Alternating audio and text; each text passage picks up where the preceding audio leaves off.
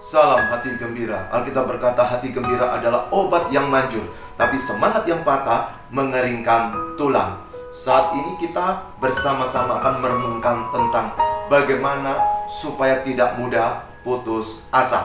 Kita akan membaca dari kitab Filipi pasal yang ketiga dari ayat yang ke-12, 13, dan 14. Firman Tuhan berkata sebagai berikut. Bukan seolah-olah aku telah memperoleh hal ini atau telah sempurna, melainkan aku mengejarnya. Kalau aku dapat juga menangkapnya, karena aku pun telah ditangkap oleh Kristus Yesus. Ayat yang ke-13. Saudara-saudara, aku sendiri tidak menganggap bahwa aku telah menangkapnya, tetapi ini yang kulakukan. Aku melupakan apa yang telah di belakangku dan mengarahkan diri kepada apa yang di hadapanku. Ayat 14. Dan berlari-lari kepada tujuan untuk memperoleh hadiah, yaitu panggilan surgawi dari Allah dalam Kristus Yesus. Kitab Filipi ini ditulis oleh Rasul Paulus ketika berada di dalam penjara. Ketika dia sedang menderita, kemudian menghibur jemaat yang berada di daerah Turki saat ini. Ada 16 kali kata sukacita di dalam kitab Filipi ini. Tetapi hari ini kita akan merenungkan dari bagian ini 3 hal yang menarik. Bagaimana supaya kita tidak mudah putus asa. Yang pertama, tahu Tuhan. Apa artinya tahu Tuhan? Perhatikan baik-baik di ayat yang ke-12. Bukan seolah-olah aku telah memperoleh hal ini atau telah sempurna, melainkan aku mengejarnya. Kalau aku dapat juga menangkapnya, karena aku pun telah ditangkap oleh Kristus Yesus. Yang pertama, bagaimana supaya kita tidak mudah putus asa? Kita harus tahu Tuhan. Kita punya Tuhan. Apapun yang terjadi dengan hidup kita tidak pernah terlepas dari kacamata pemeliharaan Tuhan. Teristimewa dalam kasus ini, Saulus adalah seseorang yang begitu jahat luar biasa. Dia suka mengancam dan membunuh orang Kristen. Suatu hari pada waktu dia mau berjalan ke Damsyik untuk membunuh orang-orang Kristen, di situ ditangkap oleh Yesus Kristus. Kemudian dia bertobat dan dia menjadi milik daripada Tuhan.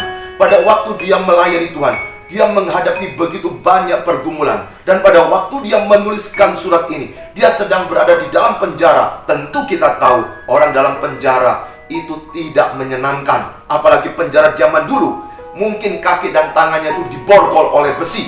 Tidak seperti sekarang ada hak asasi manusia, tapi dulu bisa diperlakukan seperti hewan. Nah, pada waktu ada dalam penjara tersebutlah dia mengingatkan jemaat yang ada di Filipi bahwasanya dirinya bisa seperti ini karena dia sudah ditangkap oleh Yesus. Oleh sebab itu hari ini, apapun pergumulan kita, apapun persoalan kita, jangan mudah putus asa. Ingat baik-baik, kita punya Tuhan. Kalau kita hari ini bisa berhubungan dengan Tuhan, karena Tuhan Yesus yang ingin berhubungan dengan kita lebih dulu. Dan ketika kita menerima Dia dengan iman kita, berpegang teguh di situ, jangan tinggalkan Tuhan. Pada waktu engkau menikmati Yesus, hidup kita penuh dengan kemenangan. Yang kedua, bagaimana kita supaya tidak mudah putus asa, yaitu tahu diri. Di dalam ayat yang ke-13, pasal yang ketiga ini berkata sebagai berikut. Saudara-saudara, aku sendiri tidak menganggap bahwa aku telah menangkapnya, tetapi ini yang kulakukan. Aku melupakan apa yang telah di belakangku dan mengarahkan diri kepada apa yang di hadapanku. Yang kedua, tahu diri. Pada waktu Paulus sudah mengikut Yesus, dia punya masa lalu yang begitu hebat. Dia seorang anggota Sanhedrin. Dia orang yang begitu terhormat untuk suku bangsanya. Tapi pada waktu sudah memiliki Yesus, dia tahu diri. Dia tidak lagi mengingat masa lalu. Dia melupakan masa lalunya. Namun dia punya satu kekuatan untuk melihat ke depan, melihat ke hari esoknya. Orang yang tahu diri, dia akan bertumbuh dengan bagus secara rohani.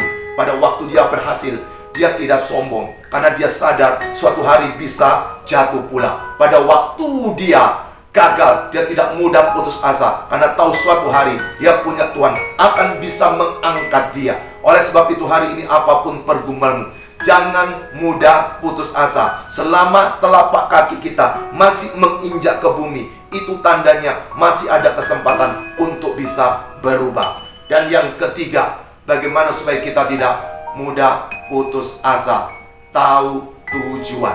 Di ayat yang ke-14 dikatakan sebagai berikut.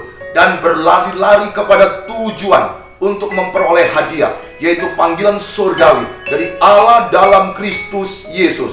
Yang terakhir ketiga adalah tahu tujuan. Yang pertama, tahu Tuhan, sifatnya vertikal. Yang kedua, tahu diri, sifatnya sentral. Dan yang ketiga, tahu tujuan, sifatnya horizontal. Pada waktu kita bisa mengerti tujuan hidup kita, apa tujuan kita selama di dunia ini, yaitu bisa menikmati mahkota, bisa menikmati pahala, sehingga apapun perjuangan kita setiap hari, terus mengingat apa yang kita kerjakan, apakah bernilai kekal atau bernilai fana. Saya sudah berkhotbah mengajar dari Pulau Sumatera sampai ke Papua. Jangan berpikir Tuhan langsung senang, karena tiap hari saya harus mengoreksi diri kita, mengoreksi diri saya. Apakah yang saya kerjakan itu berkenan kepada Tuhan atau tidak?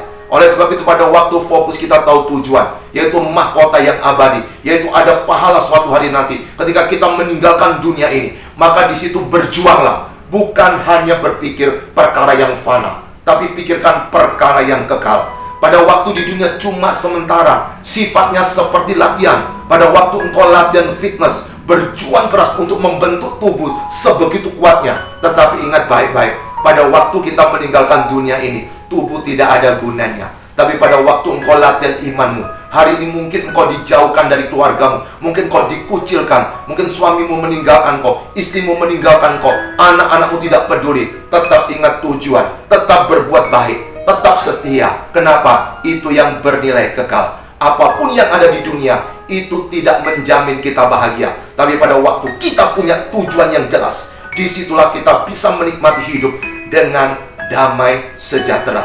Oleh sebab itu, hari ini ingat 3 hal penting. Bagaimana supaya kita tidak mudah putus asa. Yang pertama, tahu Tuhan. Yang kedua, tahu diri. Dan yang ketiga, tahu tujuan. Salam hati gembira.